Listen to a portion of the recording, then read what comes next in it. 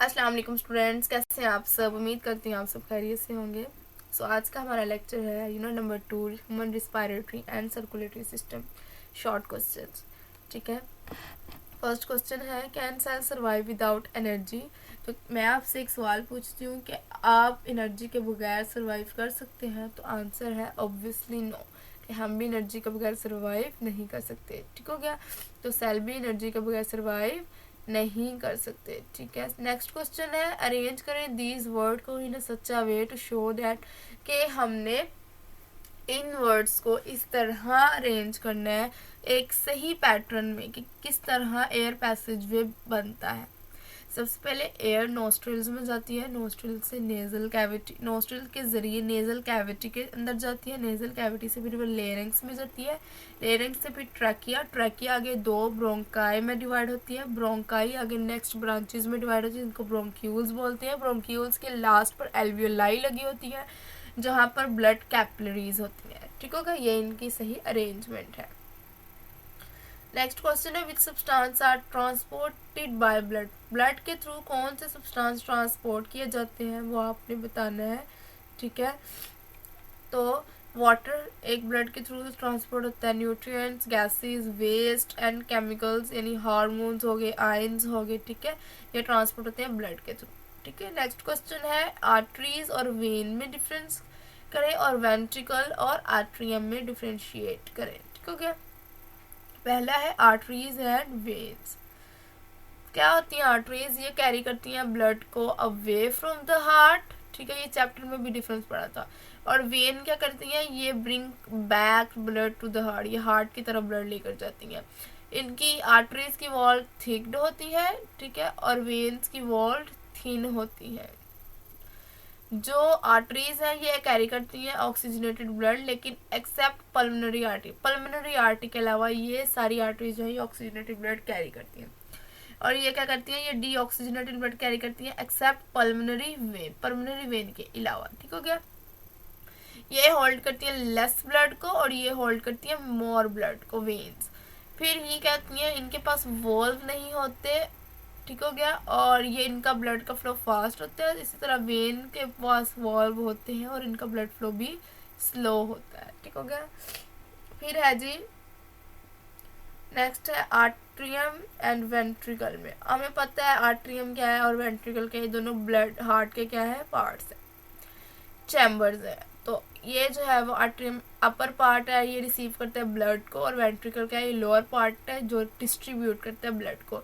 Atrium क्या होता है? ये स्मॉल होते हैं और thin walled and less powerful होते हैं, जबकि वेंट्रिकल जो होते हैं वो लार्ज होते हैं और थिक वॉल्ड एंड पावरफुल होते हैं। ठीक है, नेक्स्ट है, how does the blood circulate around the body. Body के अराउंड ब्लड कैसे सर्कुलेट करता है? क्या होता है जी, हार्ट जो है वो हार्ट पंप करता है ब्लड को टू द लंग्स, लंग्स की तरफ, ताकि वो क्या करे, ऑक्सीजन ले ले। ऑक्सीजनेटेड ब्लड जो है वो लंग्स देन सेंड करते हैं टू द हार्ट, फिर हार्ट देन सेंड करता है ऑक्सीजनेटेड ब्लड को all part of the body through arteries. ठीक हो गया, फिर यही वेन जो है वो वापस लेकर आती है डी ऑक्सीजनेटेड ब्लड को हार्ट की तरफ वापस। ठीक है, नेक्स्ट क्वेश्चन पे चलते हैं, दैट इज, अच्छा जी, इसके बाद है हमारे पास यहाँ क्वेश्चन के कंपेयर करें रिस्पायरेशन को ब्रीथिंग के साथ। ठीक है, क्या होती है, हमने चैप्टर में भी ये डिफरेंस पढ़ा था, जो रिस्पायरेशन है ये कॉम्प्लेक्स प्रोसेस है और जो ब्रीथिंग है ये मैकेनिकल प्रोसेस है। जो रिस्पायरेशन होती है इसमें एंजाइम्स इन्वॉल्व होते हैं और जो ब्रीथिंग होती है इसमें एंजाइम्स जो है वो इन्वॉल्व नहीं होते।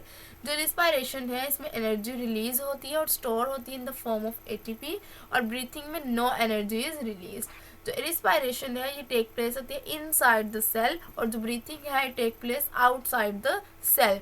जो रिस्पायरेशन है वो ऑक्सीडेशन होती है ग्लूकोज की, उसमें ग्लूकोज की ऑक्सीडेशन होती है, जबकि ब्रीथिंग में एक्सचेंज होता है ऑक्सीजन एंड कार्बन डाइऑक्साइड। ठीक हो गया, फिर है जी नेक्स्ट लॉन्ग क्वेश्चन है, लॉन्ग क्वेश्चन पे चलते हैं। लॉन्ग क्वेश्चन में आता है एरोबिक रिस्पायरेशन और एनारोबिक रिस्पायरेशन। ठीक है, एरोबिक रिस्पायरेशन पढ़ा था हमने, क्या होता है कि ये ऑक्सीजन की मौजूदगी में होती है। ठीक है, ऑक्सीजन की मौजूदगी में जो रिस्पायरेशन होती है वो होती है एरोबिक रिस्पायरेशन। ठीक है,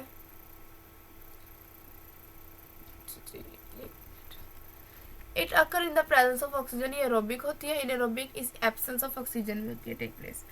फिर है most animal and plant respire aerobically, हमें पता है हम एरोबिकली रिस्पायर करेंगे तो जिंदा रहेंगे क्योंकि ऑक्सीजन ही तो हमें चाहिए। और जो यीस्ट और सम बैक्टीरिया है वो इन ऑक्सीजन की एब्सेंस में ये रिस्पायरेशन करते हैं, ठीक है। जो कंप्लीट ऑक्सीडेशन ऑफ ग्लूकोज होती है इसमें, और इसमें इनकम्प्लीट ऑक्सीडेशन होती है ग्लूकोज की। अगर तो कंप्लीट होती तो ऑक्सीजन भी रिलीज होता, ठीक है। मोर एनर्जी इज रिलीज और इसमें लेस एनर्जी इज रिलीज। फिर है जी next question, how do the respiration and circulatory system work together to provide body cell with material they need. अब वो कह रहे हैं कि ये कैसे मिलकर काम करते हैं और बॉडी को और रिक्वायर्ड मटेरियल पहुंचाते हैं। जो रिस्पायरेटरी सिस्टम और सर्कुलेटरी सिस्टम है ये टुगेदर वर्क करते हैं, काम करते हैं डिलीवर करवाने के लिए oxygen to cell and to get rid of carbon dioxide to cell, ठीक है। बस यही था, ये बहुत सिंपल सा क्वेश्चन था, एक कंसेप्चुअल, ठीक हो गया। नेक्स्ट यहाँ तक की थी इसकी एक्सरसाइज हमारे पास, ठीक है। इसमें हमने शॉर्ट क्वेश्चंस पढ़े और लॉन्ग क्वेश्चंस पढ़े, ठीक है। आई होप आपको आज के लेक्चर की समझ आ गई होगी। मज़ीद वीडियोस के लिए हमारा चैनल सब्सक्राइब करें, लाइक करें, शेयर करें। जज़ाकल्लाह, अल्लाह हाफिज़।